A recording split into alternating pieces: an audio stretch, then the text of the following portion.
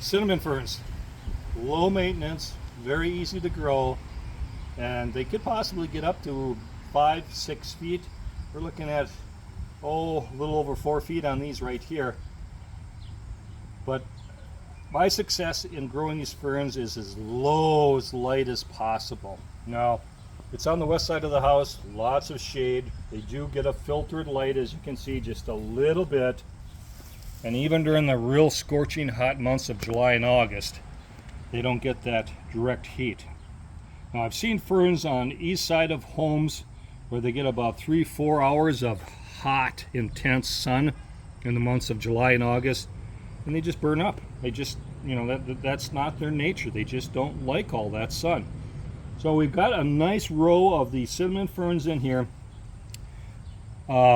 Cinnamon fern, why? Well, they get a little stalk in the spring that pops up out of the middle of the center of the fern, and it, gosh almighty, it looks like cinnamon on that little stalk. So they're pretty cool. It doesn't last very long, but that's where they go ahead and they give the name to it. Now, it's a very moist soil. They like moist soil, humidity, and I think that's why they do so well here in the upper Midwest when we do get the humidity. Now we're just going to take a walk down through here and show you what we got going on. But look how gorgeous these are. I mean, they're beautiful. All the way down through here. Now we got a little area in here that the sun probably gets into it, and it kind of burned some of the leaves here on these. And this is a section here where the sun gets a little bit more intense, and as you can see what happens to it, the leaves they can't tolerate it. So shade, lots of shade that we need here. And here's another section, same type of situation. Got a little sun. Well, it was hot, and we had some really hot temperatures for a while. Heat indexes were right up there. So these guys here, that's just their way of saying, I can't handle it anymore. So now it's cooled off. They bounce back a little bit, and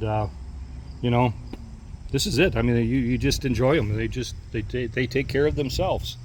So Jeff from Northeast Iowa, if you enjoyed the content, not too many videos are done on ferns because not too many areas of the zones, especially down south, probably can handle ferns unless it's a really moist area where they can keep some shade on it and enjoy them. But here in the upper Midwest, here in Northeast Iowa, we can go ahead and put some into the ground and watch them spread, and they take off and good for us, and then we enjoy them from this point on.